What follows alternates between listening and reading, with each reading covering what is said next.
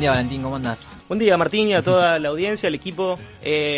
Capaz que es la última notas al pie de página del año. No está confirmado, pero No por está si la confirmado. duda la vamos a disfrutar como la última. Siempre puede ser la última. Así que bueno, cuando llegamos a la última nota al pie de página, estamos listos para imprimir, así que ya. Ahí va, ya está, claro, nada más que agregar. Ya casi está, nada no hay más que mucho más para aclarar. agregar.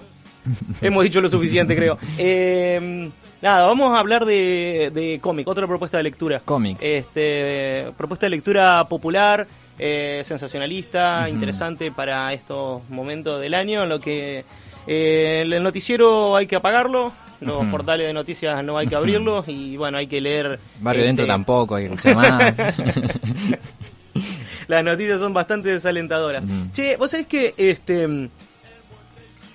esta columna surgió a partir de un estado que vi ahí chusmeando los Instagram. Ajá. Había subido, vos subiste una imagen de un Frankenstein. Sí, de Frankenstein. Y se me ocurrió, estaba pensando qué cantidad de versiones y reversiones que tienen todos los monstruos que hemos conocido desde la infancia y desde antes de que naciéramos. Claro. Eso tiene su origen en un tipo de publicación muy particular que se llaman Penny Dreadful. Ajá, Penny Dreadful. Los Penny Dreadful son, podríamos traducirlo algo así como historias fantásticas o historias asombrosas por pocas monedas. Ajá. Esos cómics que en su momento salían 5 centavos, 10 centavos de dólar. Estos son publicaciones que se popularizaron muchísimo a mediados del siglo XIX en Inglaterra. Eran de muy bajísimo costo. Peñiques, vamos a Son decir. peñiques, es decir, un par de monedas. Y después migraron, como casi todo lo inglés, migró hacia los Estados Unidos. Esto ahí se conocen con la categoría de pulp. Esto ya estamos hasta mediados del siglo XX. Claro. La categoría esa de pulp de esta barata, esta impresión barata, tiene que ver porque se producen y se imprimen con el residual de la celulosa donde se imprimían libros y periódicos de mejor calidad. Claro, con el pedacito que quedaba, digamos. Con el pedazo que quedaba, con esa pasta de celulosa que quedaba, que era muy amarillenta, rugosa, gruesa, muy poco comercial y muy poco estetizada, digamos. Entonces, bueno, con ese residuo de la celulosa, de ahí viene el término pulp, de pulpa, de pulpa de celulosa justamente, es que se imprimían este tipo de publicaciones, ya te digo, de muy bajo costo y que terminaron siendo como un vehículo para que la masa, el populacho, bien dicho la expresión, digamos, acceda a cierto tipo de literatura. Hoy podemos decir, bueno, pero es una literatura bastante rudimentaria, una literatura que no tiene vuelo. De hecho, la mayoría de los cruces de los personajes de estos Penny Dreadful son personajes que ya existían. Vos fíjate que en 1818 Mary Shelley publica Frankenstein. En 1893 Bram Stoker publica Drácula. En el medio, otros tantos ingleses habían publicado y fueron publicando un montón de estas cuestiones que tienen que ver con monstruos, esa, digamos... Dr. Jekyll, el hombre invisible... Bueno, y todos estos personajes... muy emparentados por la nocturnidad, por el rompimiento de los prejuicios y de las barreras morales. Todos estos personajes fueron encontrando un lugar común donde poder cruzar sus caminos y de hecho hacer estas especies de ligas de la justicia o ligas del mal, digamos, que después vimos en todas las series de animación y en los cómics que llegaron hasta nuestros días, al final del siglo XX, principio del XXI. Fueron encontrando allí su camino. Mirá, vale decir de que en el siglo XVIII una práctica muy usual eran las ejecuciones públicas y los castigos públicos en Inglaterra. Ahí vamos a hundir las raíces del cómic. Mirá, parece una locura lo que te estoy contando, pero es cierto. Los castigos públicos a cualquier infractor de la ley eran una práctica muy usual porque ahí había dos componentes fundamentales que tenía el castigo público en la plaza, ¿verdad? Había dos componentes fundamentales. El primero era claramente de disciplinamiento. Entonces la gente se agolpaba, veían ahí a un tipo que lapidaban, lo castigaban con algún tipo de látigo con clavos en la punta, lo linchaban, lo crucificaban, lo empalaban. O sea, esto viene desde el circo romano, digamos. Claro, esto claro. Es una práctica muy usual en la sofisticada Europa. Sí.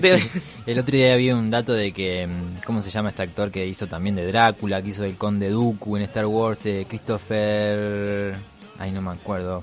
Bueno, está en X-Men, está en El Señor de los Anillos, que él vio la última ejecución con guillotina en no sé qué país de Europa. Claro, o sea, eso, al principio del siglo todavía había. Digamos. Sí, seguro. De hecho, estas prácticas de ejecuciones públicas y de castigos corporales públicos tenían un doble componente. El primero era claramente disciplinador.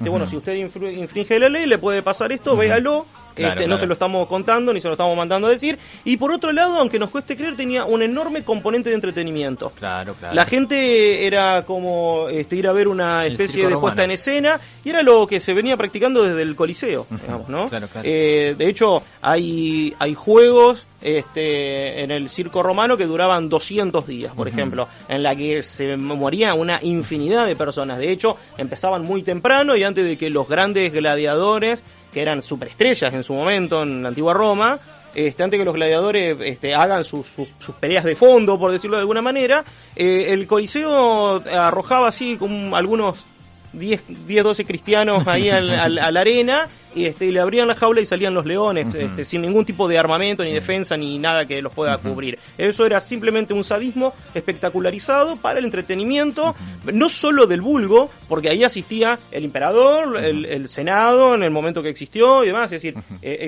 ahí toda Roma iba a ver ese espectáculo. Sí, y a veces no eran ni siquiera delincuentes, sino que eran simplemente esclavos. No, eran esclavos, fundamentalmente cristianos o de otros territorios del imperio.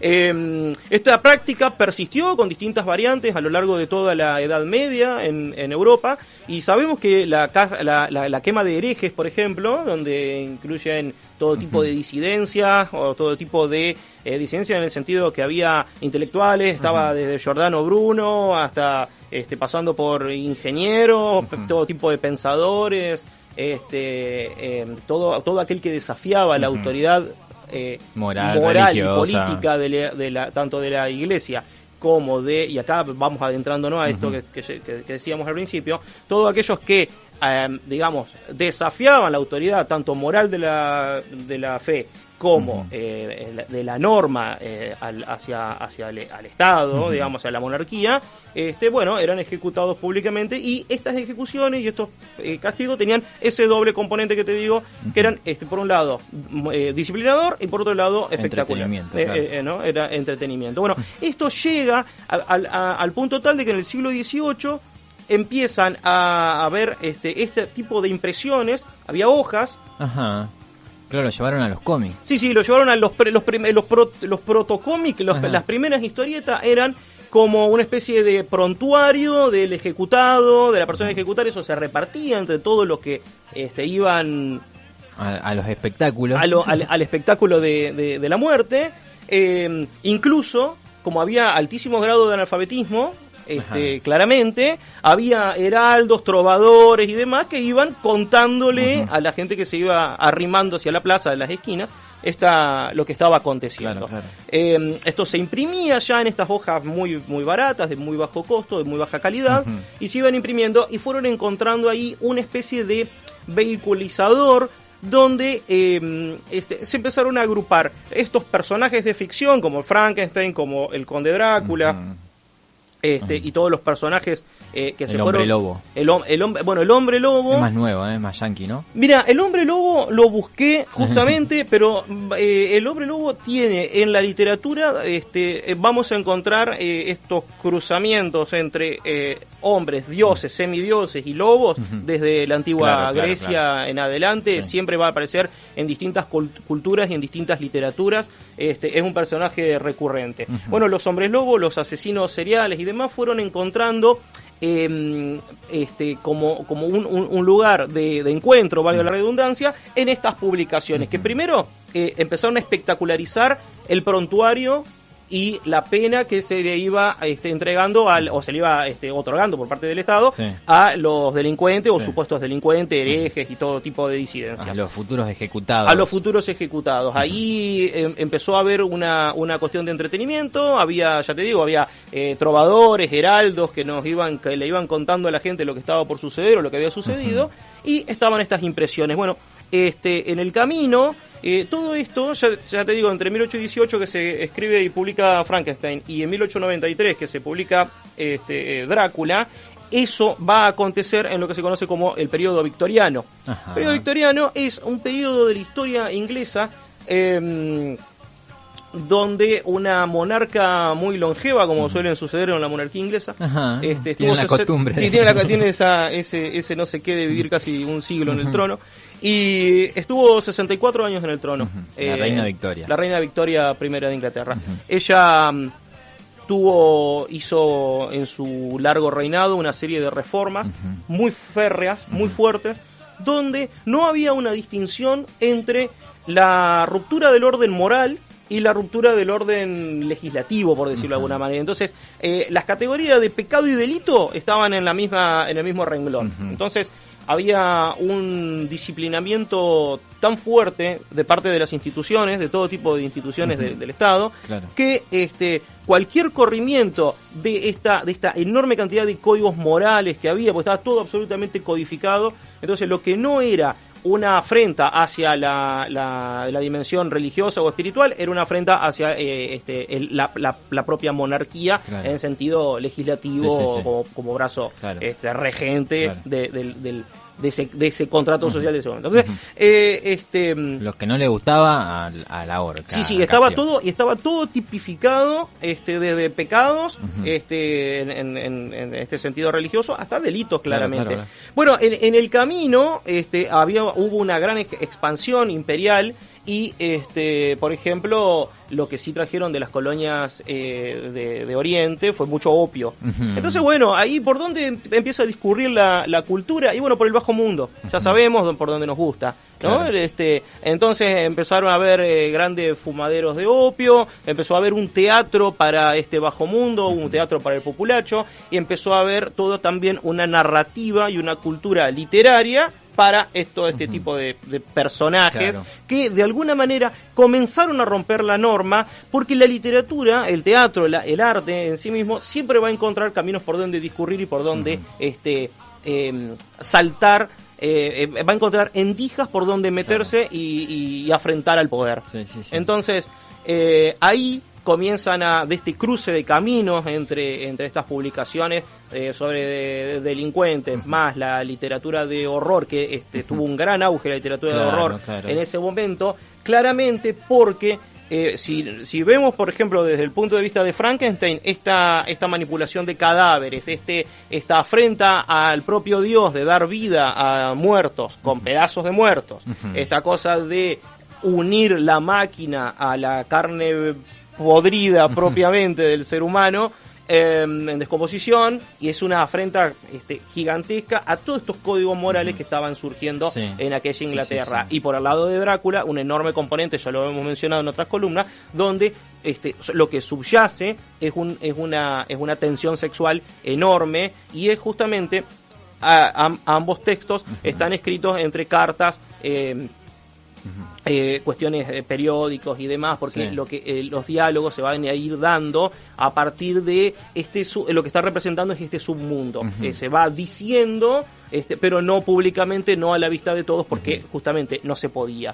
Entonces, más todos los personajes que van surgiendo en el medio, se va creando todo un submundo de una literatura que es muy interesante, es muy sensacionalista, que tiene muchos componentes de esta espectacularidad de la muerte, y se van uniendo los personajes. Generalmente estas historias de los Penny Dreadful son reversiones de cruce de caminos. Hoy lo podemos entrelazados con mitos urbanos, con hechos reales que han sucedido, con hechos de la historia, con hechos que sucedían en otros lugares. Entonces, hoy lo podemos meter bajo la categoría de mitos urbanos. Claro. Como y, que se versionaba también como para ser más accesible o más para ese bajo mundo, claro, en los libros de Mary Shelley, por ejemplo. Totalmente. Los personajes aparecían y fueron encontrando una aceptación popular, una aceptación dentro de las masas, que claro, al haber tantos niveles de analfabetismo, no llegaban a las obras de primera mano, digamos, ¿no? A las grandes obras de la literatura inglesa del siglo XIX, principio del siglo XX. Así que bueno, estos Penny Dreadful contaron con una aceptación enorme en las masas, sobre todo en la juventud, ya con esa Inglaterra industrializada, digamos, y con esa Inglaterra de la Revolución Industrial. Estos jóvenes obreros, digamos, ya encontraron, y ahí empieza a surgir una cultura del entretenimiento, tal una industrialización del entretenimiento.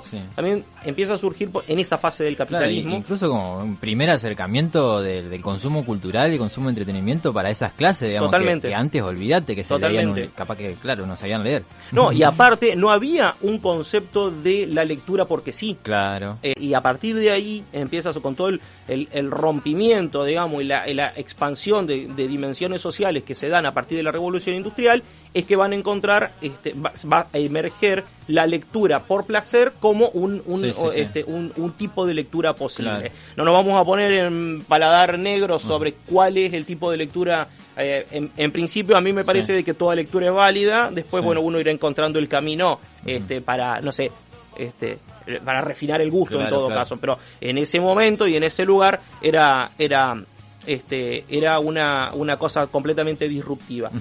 Cuando llega hacia finales del siglo XIX, cae la popularidad de estas lecturas, pero como muchísimas cosas de Londres del siglo XIX, emigran hacia los Estados Unidos. Claro. Y ya tiene otra impronta. Ahí aparecen bajo la categoría de pulp. Cambian su nombre, pero mantiene la esencia, porque el tipo de publicación es la misma. Ya son historietas con más cantidad de páginas, un poco más grandes. En las de Inglaterra estamos hablando de 8 o 10 páginas. En Estados Unidos ya pasan a ser como 25. Claro. Ya se coparon, digamos. Y ahí ya se coparon y empieza a haber otro tipo de lectura, pero dirigida al mismo público. Por supuesto, ya estamos dentro del siglo XX, y entonces los niveles de alfabetización y demás ya son otros. Ahí ya estamos hablando de otro proceso cultural, pero que en definitiva tiene que ver con lo mismo. O sea, van hacia la juventud y la clase obrera, digamos, no son lecturas especializadas, pero son lecturas de entretenimiento, donde los personajes de la alta cultura, si existe tal término, es un gran debate también entre los intelectuales, hay tal cosa como una alta y una baja cultura y demás. Bueno, ¿quién construye la cultura? Este es un debate enorme, pero si se me permite la licencia, digamos, entre esa alta cultura y la baja cultura, bueno, ahí hay un canal, hay un punto de encuentro a partir de estas publicaciones que son muy rústicas, muy amarillentas, de muy bajo digamos, perfil estético, pero que permitieron que grandes masas de juventud de la clase obrera se acerquen, por lo menos a conocer que existen determinados personajes de otro tipo de literatura al que probablemente nunca lean. No, y aparte le pusieron imagen a esas creaciones literarias. Me estaba imaginando quién fue el primero que dibujó a Frankenstein, digamos, que en el libro de Mary Shelley, bueno, se describe genial, incluso su espíritu, su pensamiento, y está bueno que retomar esto que decía de buscar esa indija en la persecución moral y política, religiosa, que nada, a mí me encanta ese libro, y dista mucho también de lo que después fue Frankenstein con su imagen y con sus versiones, pero el aporte de la imagen en esos cómics a esas creaciones literarias. Bueno, esta conjunción que vos decís entre la imagen y las reversiones fueron habilitando el camino para estas licencias en el plagio. Ahí va.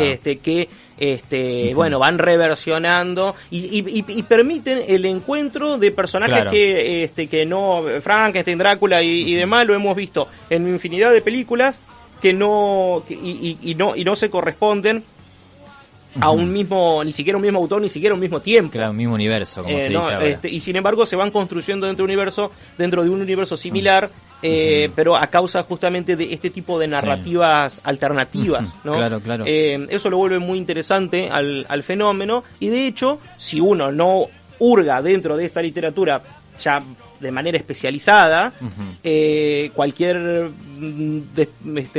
dormido puede pensar de que Frankenstein y Drácula, por ejemplo, pertenecen y el Hombre Lobo pertenecen a la misma a la misma, no sé, trilogía narrativa y no tienen absolutamente la Liga nada de los que ver con, Villanos. claro, la Liga de los Villanos no tiene absolutamente nada que ver con otro. Entonces, bueno, y esto, fíjate que Marvel lo toma, DC lo toma, entonces esto llega hasta nuestros días, digamos, y de alguna manera esos caminos alternativos de la cultura, de la narrativa alternativa, de una narrativa popular, va encontrando caminos para redefinirse, resignificarse y encontrar nuevas formas de encuentro y de recrear, porque si no lo podríamos recrear cada 5, 7, 10 años, recrear una historia que ya vimos y escuchamos 400 veces desde que tenemos uso de razón, digamos. Sí, sí.